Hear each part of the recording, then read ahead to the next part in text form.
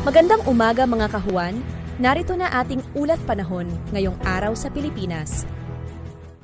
Magandang umaga at happy Thursday sa ating lahat. Ito po ang ating latest weather update. Kahapon nga ay nagdeklara na tayo ng El Nino Alert. Ano bang ibig sabihin nito? Ngayong buwan ay hindi pa po tayo El Nino. Nasa ENSO-neutral conditions pa po tayo. Ngunit mataas na yung tsansa na magkaroon tayo ng El Nino simula ng Hunyo, Hulyo at Agosto. At magpapatuloy po ito hanggang sa early months ng 2027. Gaano kaya kalakas itong El Nino na ating inaasahan? Magsisimula po ito bilang isang weak El Nino, possible nga po by June, July, August, and gradually ay mas lalakas pa ito at base po sa ating latest projections ay maaari pong maging moderate to strong El Nino itong phenomenon na ito hanggang sa early months ng 2027.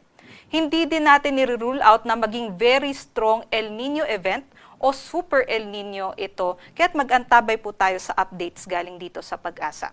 Ano bang ibig sabihin nito sa klima ng Pilipinas?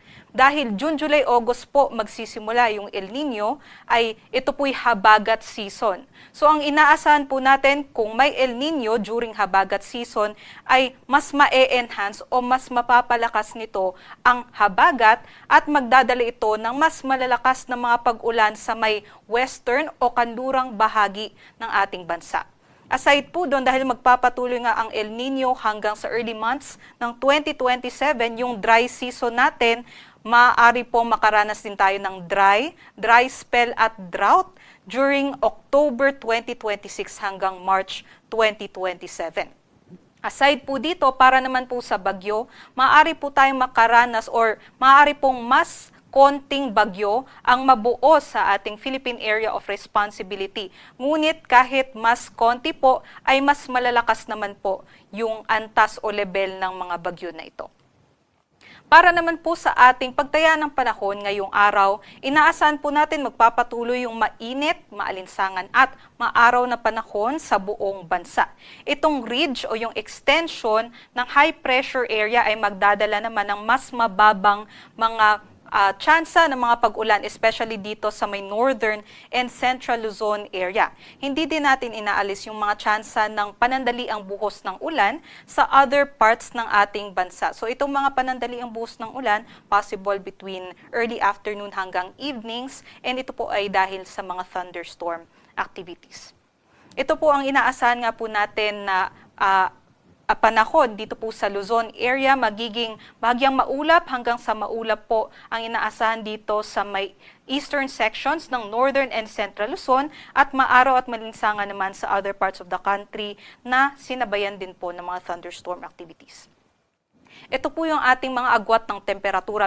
Pinakamataas pa rin po sa may Tuguegarao, 25 to 37. Sumunod po dito ang Metro Manila, 23 to 35 hanggang 33 degrees Celsius naman sa Tagaytay. At Legazpi hanggang 32 sa may Lawag at mas mababa naman ang temperatura sa Baguio, 16 to 24 degrees Celsius.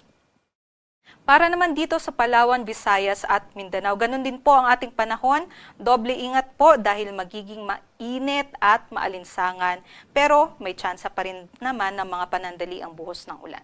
Ito po yung ating agwat ng temperatura kung saan pinakamataas naman po yung temperatura sa may Davao, 25 to 34 degrees Celsius. Malaking bahagi naman po ng Palawan, Visayas at Mindanao ay may maximum temperature na hanggang 33 degrees Celsius dito sa may Zamboanga, Puerto Princesa City, Kalayaan Islands, maging dito po sa may Tacloban at hanggang 32 degrees Celsius naman sa Iloilo, Cebu at sa may Cagayan de Oro City.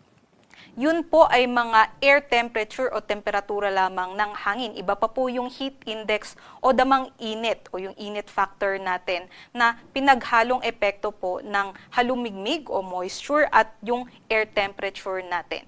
So kahapon po nakapagtala po tayo ng pinakamataas na heat index dito sa may Apari, Cagayan at Cotabato City, Maguindanao na umabot hanggang danger level 42 degrees Celsius po ang kanilang temperatura dyan. At yung danger level nga po, maaari po yang magdulot ng mga heat exhaustion, heat cramps, and in worst cases, yung heat stroke, which is seryoso po ito. Magdala po tayo ng payong at tubig para iwas po sa dehydration.